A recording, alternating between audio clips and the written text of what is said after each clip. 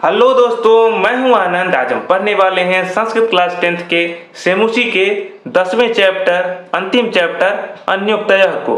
अन्योक्ति यानी कि किसी की प्रशंसा या फिर निंदा को अप्रत्यक्ष रूप से, इनडायरेक्ट रूप से, यानी किसी दूसरे के बहाने से कहना, उसी को अन्योक्ति कहते हैं सिंपल भाषा में। तो इसमें 7 अन्योक्ति दिए गए हैं जिसमें अलग अलग चीज़ों के बारे में उनकी प्रशंसा या फिर निंदा की गई है। राजहंस, कोयल, मेघ, बादल, माली, सरोवर, इन सब के बारे में बताया गया है।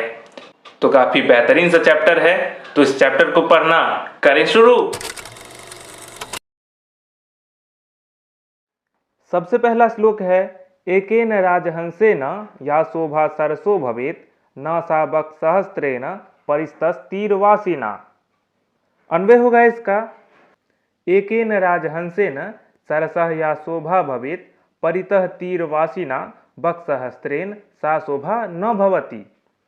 एकेन राजहंसेन, एक राजहंस के द्वारा, सरसः सरोवर की, या शोभा या जो शोभा शोभा भवेत होती है, परितः चारों ओर, उस सरोवर के चारों ओर, तीरवासिना उसके तट पर, वासिना बसने वाले, बक्सहस्त्रेण हजारों बगलों के द्वारा, सा वो, शोभा वो शोभा, न भवती नहीं होती है।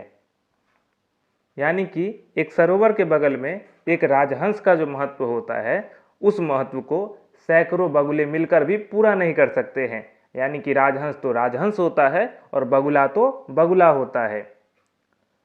उसके बाद है, भुक्ता मृणाल पटली भवता निपितान्यम्बुनि यत नलिनानि निषेवितानि रे राजहंस वद तस्य सरोवरस्य कृत्येन केन भवितासि कृतोपकारः। इसका अन्वय होगा, यत्र भवता मृणाल पटली भुक्ता अम्बुनि निपितानि नलिनानि निषेवितानि रे राजहंस तस्य सरोवरस्य केन कृत्येन कृतोपकारः भविता असि वद। यत्र जहाँ, जिस सरोवर से, भवता आपके द्वारा, मृणाल पटली कमल नालों का समूह, भुक्ता खाया गया है, अम्बुनी जल, निपितानी पिया गया है, नलिनानी अनेक कमलों का, निषेवितानी सेवन किया गया है, रे राजहंस अरे राजहंस, तस्य उस, सरोवरस्य उस सरोवर का, केन कृत्येन किस कृत्य के द्वारा, किस कार्य के द्वारा, कृतोपकारः उपकार करने वाले को उपकार करना, वो कृतोपकार करने वाला, भविता असि तुम कैसे बनोगे, वद बोलो। हे राजहंस, जिस सरोवर में तुमने कमल नालों का समूह खाया है, जल पिया है, अनेक कमलों का सेवन किया है, उस सरोवर का बदला तुम कैसे चुकाओगे, बोलो। उसके बाद है, तो ये रल्पैरपि करुणया भीम भानो निदाघे मालाकार व्यरचि भवता या तरोरस्य पुष्टिः सा किं शक्या जनयतुम इह प्रावृष्येन वाराम धारासारानपि विकीर्ता विश्वतो वारिदेन। अन्वय होगा इसका, हे मालाकार भीम भानो निदाघे अल्पहि तोय अपि भवता करुणया अस्य तरोः या पुष्टि व्यरचि वाराम प्रावृष्येन विश्वतः धारासारान अपि विकीरिता वारिदेन इह जनयतुम सा पुष्टि किम शक्या। हे मालाकार, हे माली, भीम भानव निदाघे, भीम भानव प्रचंड सूर्य की, निदाघे गर्मी में, अल्पय थोड़े से, तो यह जल से, अपि थोड़े से जल से भी, भवता आपके द्वारा, करुणया दयापूर्वक, करुणा से, अस्य तरोह अस्य इस, तरोह इस वृक्ष का, या पुष्टि जो पुष्टि, व्यरचि किया गया है। हे माली, प्रचंड गर्मी में थोड़े से जल से भी आपने इस पौधे का, इस पेड़ का पोषण किया है।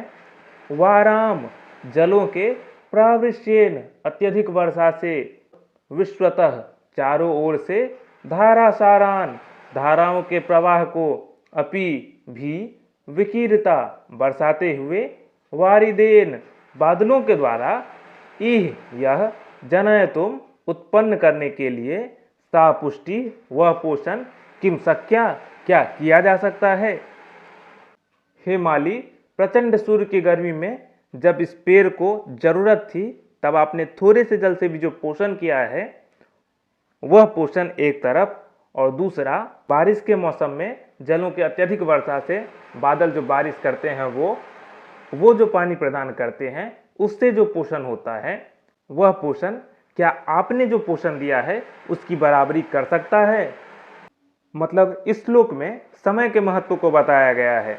ये श्लोक कहना चाहता है कि जब व्यक्ति को जरूरत होती है तो उस समय जो मदद कर दे तो वो मदद एक अलग ही स्तर का होता है।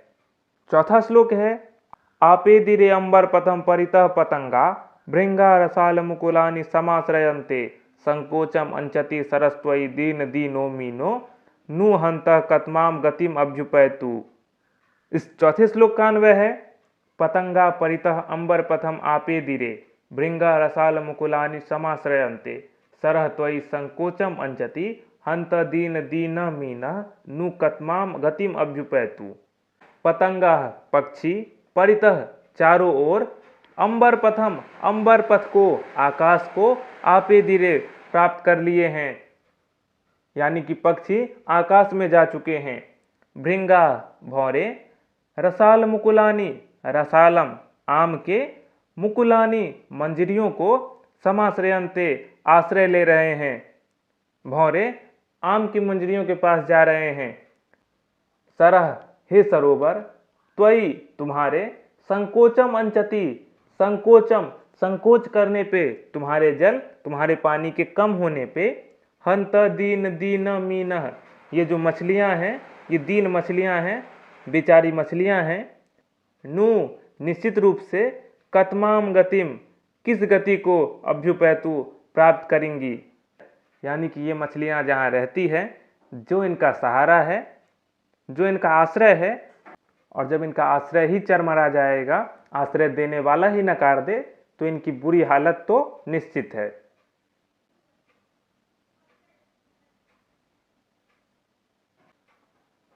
पांचवा श्लोक है, एक एवो खगो मानी वने वसति चातकः पिपासितो वा म्रियते याचते वा पुरंदरम। अन्वय होगा इसका, एक एव मानी खगः चातकः वने वसति वा पिपासितः म्रियते पुरंदरम याचते वा। एक एव एक ही, मानी स्वाभिमानी, खगः पक्षी, चातकः चातक, वने वसति वन में रहता है, वा या पिपासितः म्रियते प्यासा मर जाएगा, पुरंदरम याचते वा या पुरंदरम याचते इंद्र को ही मांगेगा, यानी कि चातक ही एक स्वाभिमानी पक्षी है जो कि वन में रहता है, या तो वो प्यासा मर जाएगा या फिर सिर्फ इंद्र को मांगेगा, यानी कि अपने स्तर को देख के मांगना चाहिए, सभी के आगे हाथ नहीं फैलाना चाहिए। आश्वास्य पर्वत कुलम तपनोष्ण तप्तम उद्याम दाव विदुरानी च काननानी नाना नदी नद सतानी च पूरयित्वा रिक्तोऽसि यद जलद सैव तवोत्तमाश्री। इसका अन्वय होगा, तपनोष्ण तप्तम पर्वत कुलम आश्वास्य उद्याम दाव विदुरानी काननानी च आश्वास्य नाना नदी नद सतानी पूरयित्वा च हे जलद यत रिक्तः असि तव सा एव उत्तमा श्री। तपनोष्ण तप्तम, सूर्य की गर्मी से तपे हुए, पर्वत कुलम पर्वत कुलों को, पर्वत समूहों को, आश्वास्य तृप्त करके, उद्याम दाव विधुरानी उद्याम ऊंचे, दाव काष्ठ पेड़ों से, विधुरानी रहित यानी कि बिना पेड़ वाले, काननानी जंगलों को, आश्वास्य आश्वासन दे करके, तृप्त करके, नाना नदी नद सतानी नाना नदी अनेक नदियों को, नद सतानी सतानी सैकड़ों, नदों को नालों को, पूरयित्वा पूरा करके, भर करके, उनको जल प्रदान करके, हे जलद हे बादल, यत रिक्तः असि यत जो, रिक्तः असि तुम खाली हुए हो, तब सा तुम्हारी वो, उत्तमाश्री वही तुम्हारी उत्तम शोभा है। मतलब हमारे पास जो कुछ है उससे हम दूसरों के दुखों को दूर कर दें, दूसरों के कमियों को पूरा कर दें, दूसरों का मदद कर दें, तो वही जो हमारे पास है उसका सही उपयोग है और वही हमारी उत्तम शोभा है। अंतिम श्लोक पे चलते हैं। रे रे चातक सावधान मनसा मित्र क्षणम श्रूयताम अम्बोधा बहवो भवन्ति गगने सर्वेपि नैतादृशाः केचिद् वृष्टिभिः आर्द्रयन्ति वसुधाम गर्जन्ति केचिद् वृथा यम यम पश्यसि तस्य तस्य पुरतो मां ब्रूहि दीनम वचः।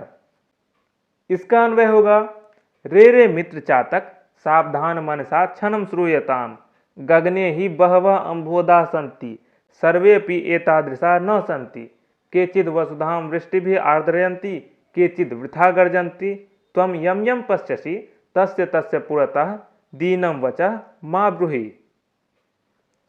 रे रे मित्र चातक, अरे मित्र चातक, सावधान मनसा, सावधान मन से, शांत होकर के, मन को शांत करके, क्षणम श्रूयताम, मेरी बात क्षण भर सुनो, गगने ही, गगन में ही, आकाश में ही, बहवः अनेक, अम्बोधा संति, बादल हैं, सर्वे अपि सभी, एतादृशा एक समान, न संति नहीं हैं, केचिद वसुधाम वृष्टि भी आर्द्रयन्ति, केचिद कुछ, वसुधाम पृथ्वी को, वृष्टि भी बारिश से, पानी से, आर्द्रयन्ति भिगो देते हैं, केचिद वृथा गर्जन्ति कुछ वृथा व्यर्थ में, गर्जन्ति गरजते हैं।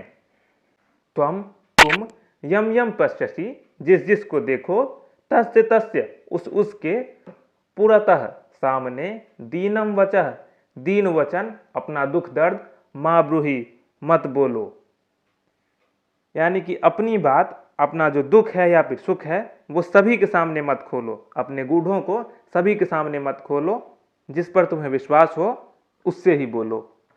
तो ये था संस्कृत क्लास 10th के सेमुसी के अंतिम चैप्टर अन्योक्तयः का word to word crystal clear explanation. इसी प्रकार हर एक चैप्टर्स के word to word explanation, crystal clear explanation भी बने हुए हैं, आप उसको डिस्क्रिप्शन में दिए गए प्लेलिस्ट में देख सकते हैं। साथ ही साथ उनके एनसीईआरटी क्वेश्चंस भी बने हुए हैं, उसे भी देख सकते हैं आप। तो मिलते हैं नेक्स्ट वीडियो में, आप जुड़े रहें क्रिस्टल क्लियर के साथ, पढ़ते रहें, मस्त रहें, खेलते रहें, स्वस्थ रहें। नमस्कार।